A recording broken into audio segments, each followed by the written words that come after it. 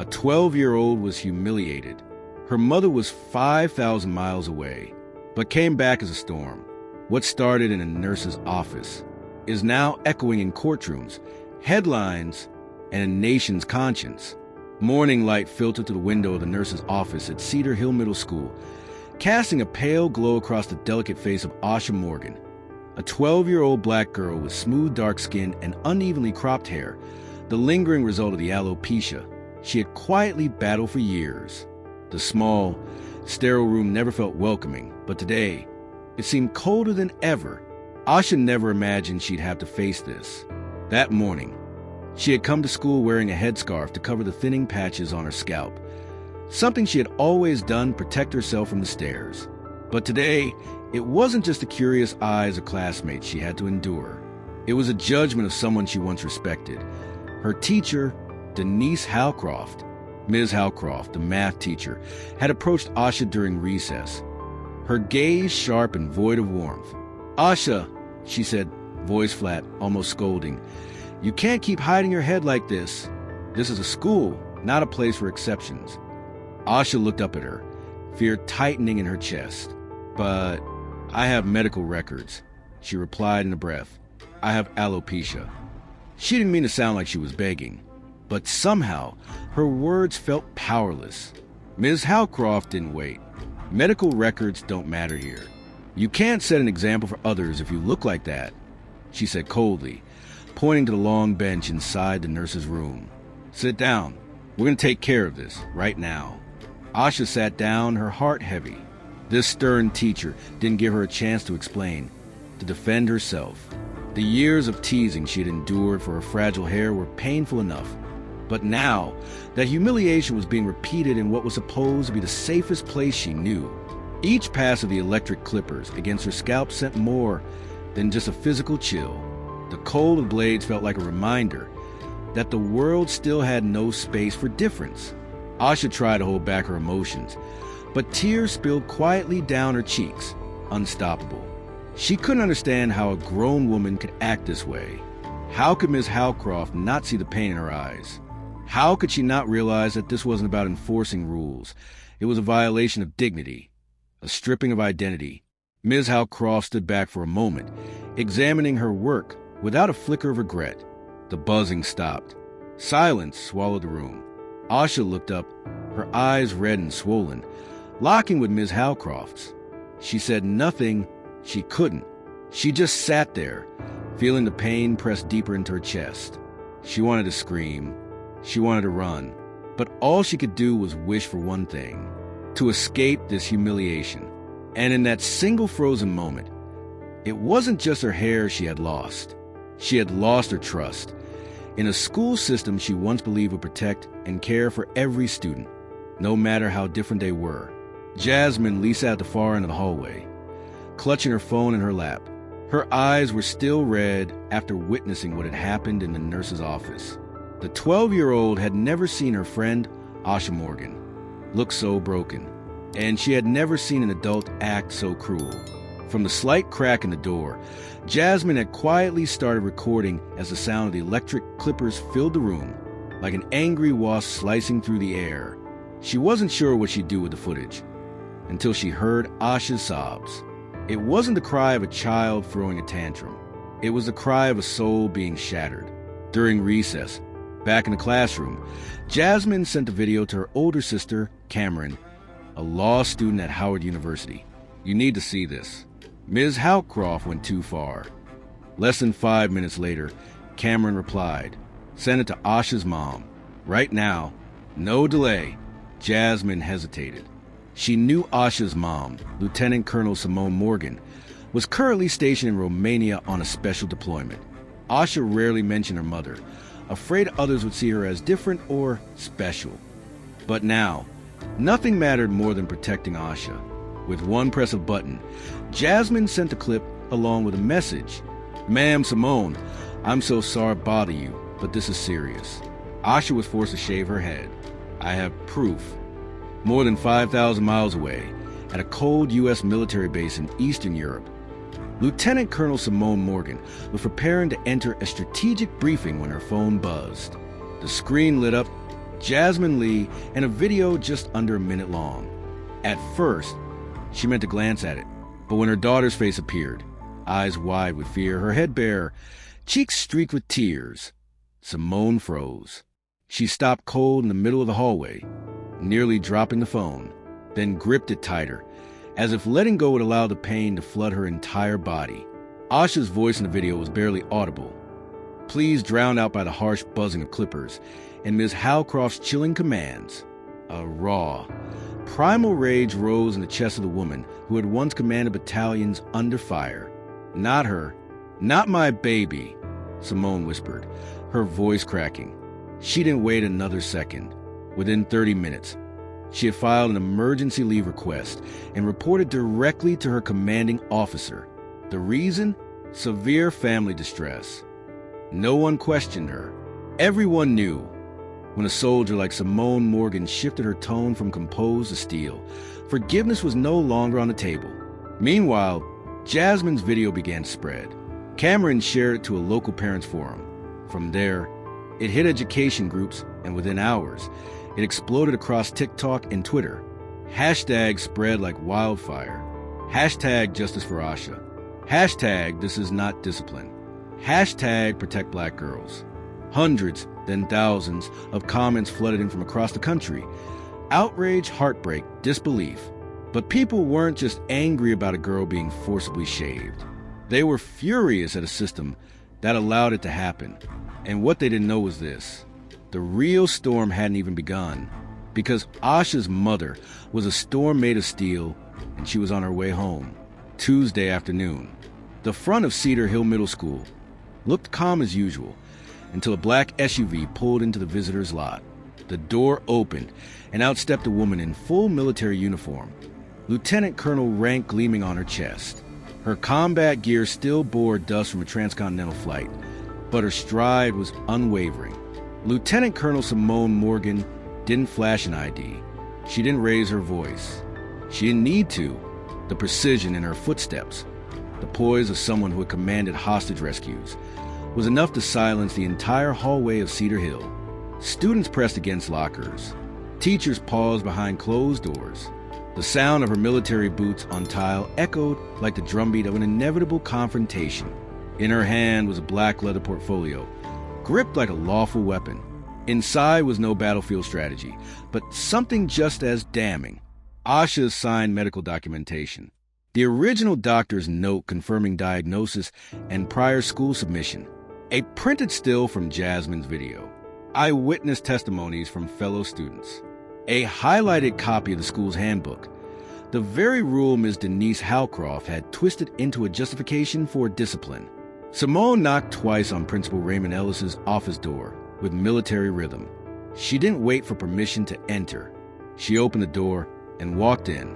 Principal Ellis looked up, his smug expression flickering when he registered the uniform in the eyes, calm, but carved from steel. Ms. Morgan, I wasn't expecting you so soon, he stammered. I flew 17 hours nonstop, across 3 time zones, to be here exactly now, Simone said, placing the folder squarely on his desk. And don't call me, it's Lieutenant Colonel Morgan. The air in the office turned to lead. I understand you're upset. I'm not upset, she replied, her voice low and controlled. I'm conducting a counter-operation, and you better hope I keep this on a civilian level. Her voice didn't rise, but it didn't have to. It carried the gravity of someone who had stared down gunfire and now stood face to face with a system that had harmed her child. Principal Ellis fumbled for words, but Simone continued. My daughter has a documented medical condition. The school received formal notification. Ms. Howcroft not only ignored that, she carried out an act of public humiliation on a 12-year-old child. She shaved her head as punishment in front of others.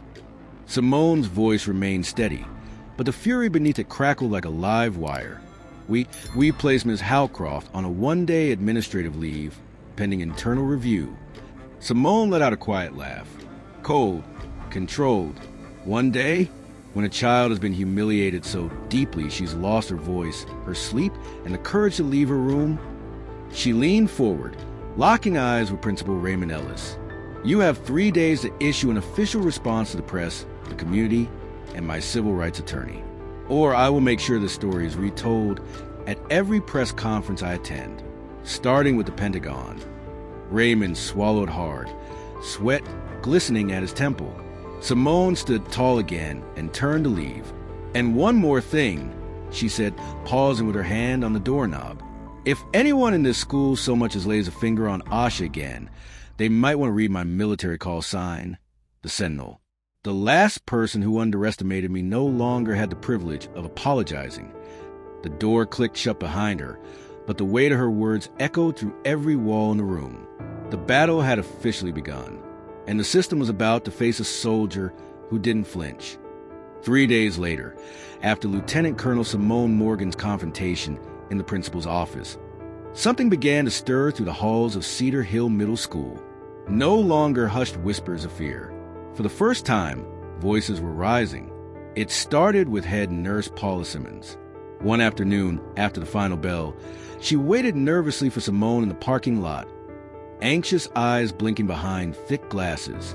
As Simone approached, Paula spoke quickly, as if afraid to be overheard. "I'm sorry. I should have stopped Ms. Howcroft. I saw Asha's medical forms. They were signed and stamped 3 months ago. But that day, Howcroft said she checked and found nothing in the file. I believed her. That was my mistake." Simone didn't speak with anger. Her voice was calm, but firm. "Do you still have them?" Paula nodded. "I took a picture. I had a feeling something wasn't right."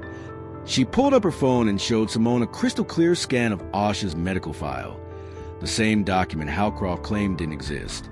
That same day, an unmarked envelope was slipped through the mail slot of the Morgan household. Inside, a single note, handwritten, "Check the West Hallway camera. Morning of the 22nd. Don't believe the original's been erased." Simone immediately forwarded the tip to her legal team and to an old acquaintance, Dylan Navarro, a military veteran turned cybersecurity engineer and data recovery expert. Within 36 hours, Dylan didn't just retrieve the deleted hallway surveillance footage. He uncovered something that stunned everyone. The video clearly showed Ms. Howcroft entering the nurse's office carrying her own personal bag. Inside it, a clipper set that did not belong to the school. "She came prepared," Dylan said, eyes locked on the screen. This wasn't a spur-of-the-moment decision. This was premeditated. When the footage was shared with the legal team, a new wave began building, this time from inside the school. Ms. Isaiah Carter, a literature teacher who had stayed silent for fear of retaliation, finally stepped forward. "I submitted at least 2 formal complaints about Ms. Howcroft last year," she said during an emergency meeting organized by the PDA. "She's called black students too loud, mocked their pronunciation, criticized their clothes. But Principal Raymond always dismissed it. Told me it was personalization, not prejudice." The situation escalated when an 8th grader named Tyler, white, the son of a long-tenured teacher, posted publicly on social media, "Ms. Howcroft once let me off for a dress code violation because I didn't stand out like the others. I didn't understand what she meant then. Now I do. I'm sorry." But the true turning point came when Dylan Navarro, the school system's administrator, decided to go public.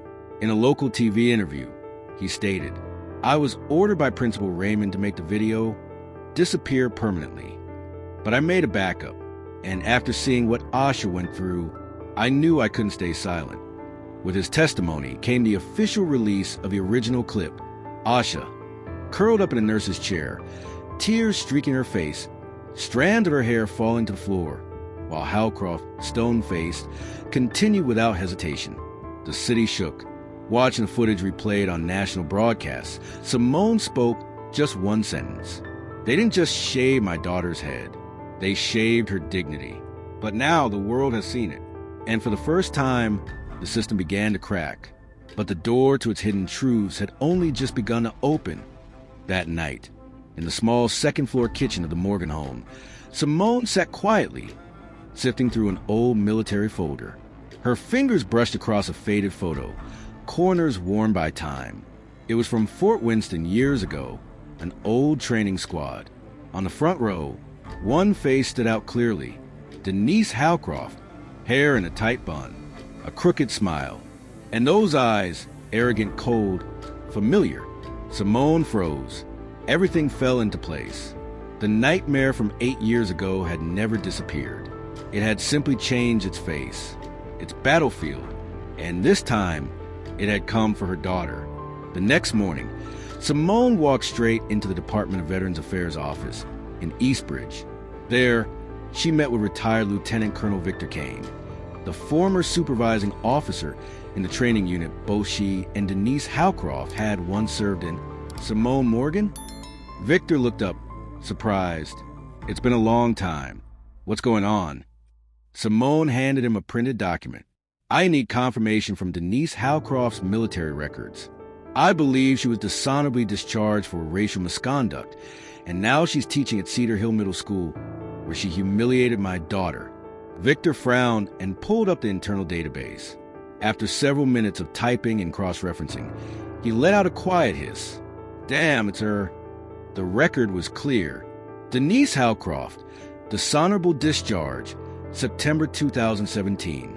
Reason: systemic racial discrimination, inciting internal conflict, false accusations against superior officer color, and just beneath that, the complaint filed by Simone herself. Simone remembered that day vividly. Denise, an ambitious but bitter private, had once mocked her openly in front of the unit. People like you only get ahead because of diversity quotas. What followed was a string of fabricated reports, deliberate disruptions. When the investigation began, Denise screamed that she was the real victim. But in the end, she was expelled from the force. I thought she was banned from any educational environment, Simone said, her voice sharp as steel. Victor shook his head. There's no clause that links military disciplinary action to public school licensing, unless there's a criminal conviction. Simone drew in a deep breath. That was the loophole. Denise had never been convicted, but what she had done to Asha was about to change that. That same afternoon, as news of Howcroft's military history leaked onto a teacher's forum, an anonymous user posted a long message. I was one of her cadets. Ms. Howcroft never forgave the military for kicking her out. For years, she talked about the light-skinned officer who destroyed her career. She swore she'd take back her dignity. And now, she's done it by destroying the daughter of that woman. The post went viral. Hashtags like hashtag Justice for Asha and hashtag Howcroft Revenge began sweeping across platforms. That night, Simone stepped onto her balcony, phone in hand, her eyes slicing through the dark like blades. She thought she won by aiming the arrow at my daughter, Simone whispered. But she just made the greatest mistake of her life. Because this time, the battle wasn't military. It was moral, legal, and just. And Simone Morgan was going to lead the charge. 2 days after Denise Howcroft's military past was exposed, Simone Morgan walked into the office of Grace Chun, an unofficial icon of modern justice. Located on the 14th floor of a glass high-rise in downtown Eastbridge, the firm was quiet and elegant on the outside, but inside, it was a launch pad for some of the fiercest legal battles in the country. I've read everything you sent, Grace said, adjusting her metal-rimmed glasses as she looked across the table. And I'm taking the case. Simone sat up straighter, her eyes gleaming like headlights cutting through a dark highway. I don't want an apology, she said. I want a precedent. Grace nodded and closed the file. Then we'll sue all three, Denise Howcroft, Principal Raymond Ellis, and the Evergreen School District. The entire district? Simone raised an eyebrow. Yes, Grace replied firmly, because systemic silence is a form of complicity. 3 days later, they filed suit at the Aurora County Superior Court. Case number 2025 CV 01457. Morgan versus Howcroft et al. The 53-page complaint outlined multiple charges: assault on a minor, emotional distress, willful neglect of medical documentation, violation of civil rights under the Federal Child Protection Act. The media exploded. Headlines blared. U.S. Army Lieutenant Colonel sues school system, plastered across local front pages before racing into national networks. At a press conference held at the Cedarview Community Center, Simone, appearing in civilian clothes for the first time since her return, stood before dozens of reporters, microphones pointed at her like barrels, ready for the opening shot of a justice war. "This isn't just about one person's misconduct," she declared, voice unwavering. "This is a result of the system that enabled abusers to thrive unchecked for years." At her side, Gracechen added, "We have the surveillance footage from Dylan Navarro. We have the medical records, submitted months in advance. We have ignored complaints. And we have witnesses, including a school nurse ready to testify in court." Within 24 hours, Jasmine's original video surpassed 5 million views. The internet mobilized. International communities joined in. Hashtags like #JusticeForAsha and #HoldHowcroft Accountable climbed into the national top trends. Media giants like CNN, MSNBC, and even the BBC reached out for exclusive interviews. Asha, once just a quiet 12-year-old girl, had become the symbol of every child silenced, dismissed, or violated by unchecked authority. And when the East Bridge County Court scheduled the first hearing for June 17th, the headlines christened it "The Trial of a Generation," where a warrior mother confronts the entire system. But for Simone, this wasn't political performance. This was a battlefield. And she hadn't come to negotiate. She came to win. Day 18 of the trial, the East Bridge Courthouse was packed to capacity. Media crews jostled for space outside, while civil rights activists lined the courthouse steps holding signs that read "Justice for Asha." Inside, Simone Morgan sat upright beside attorney Gracechen, her hand gently resting on her daughter's. Asha, now stronger, wore a navy blue head wrap adorned with swallow birds, her new symbol of strength rising from pain.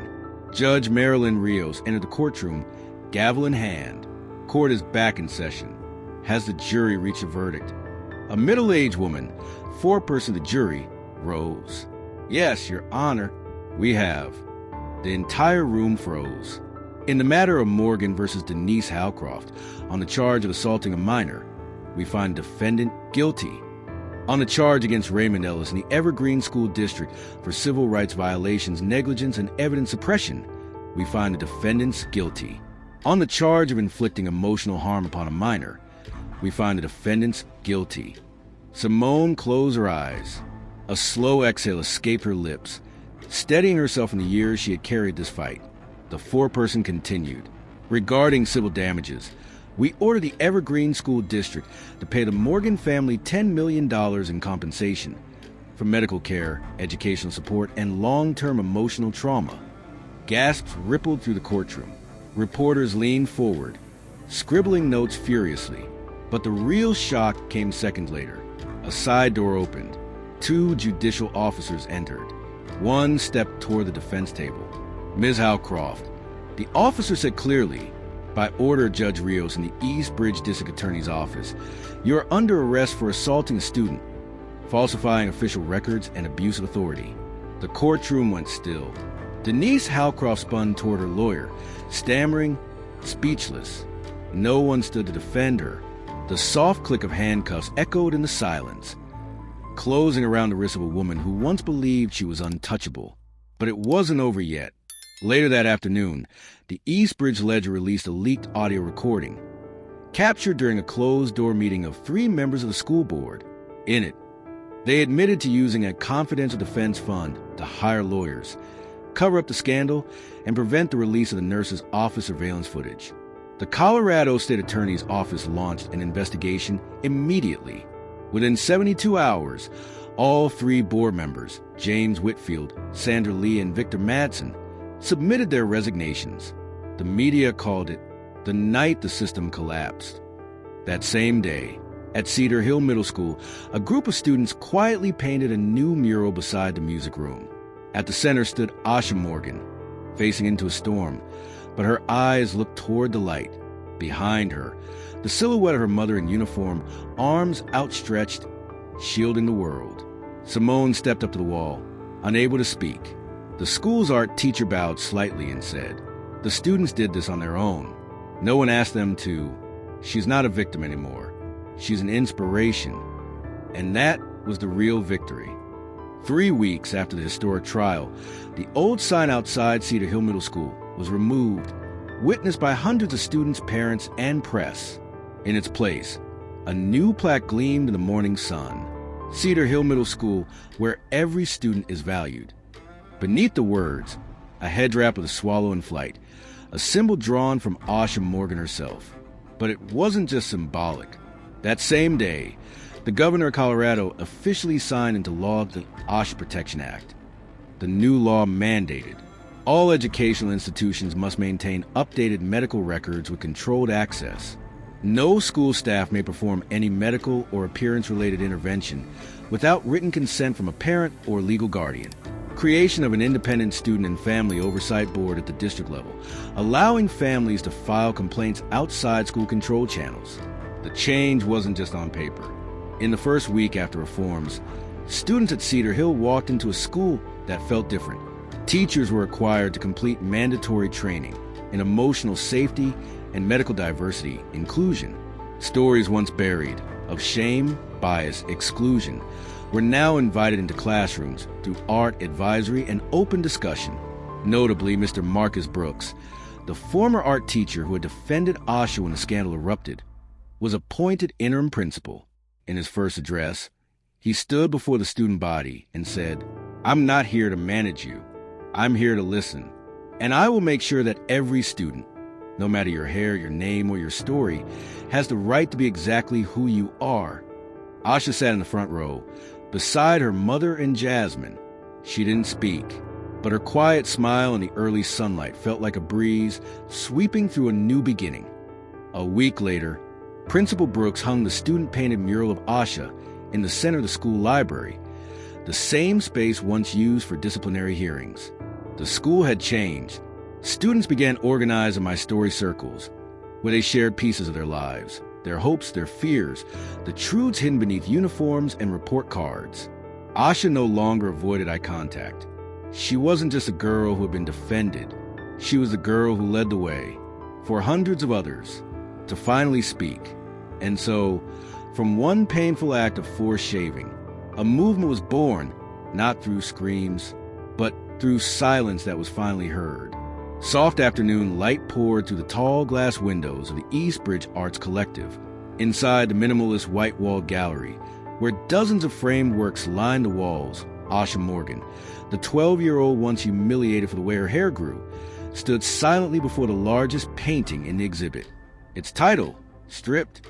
There was no distinct face, only an abstract figure, a bald girl standing in a classroom, clutching a headscarf in her hands, surrounded by splashes of gray and red. But the eyes in the painting, blurred yet piercing, made viewers pause, made them feel. It wasn't just art. It was living proof of trauma, of courage, and of a journey toward healing. Within just 1 week, the exhibition drew over 2,000 visitors. Some stood in silence. Others wept.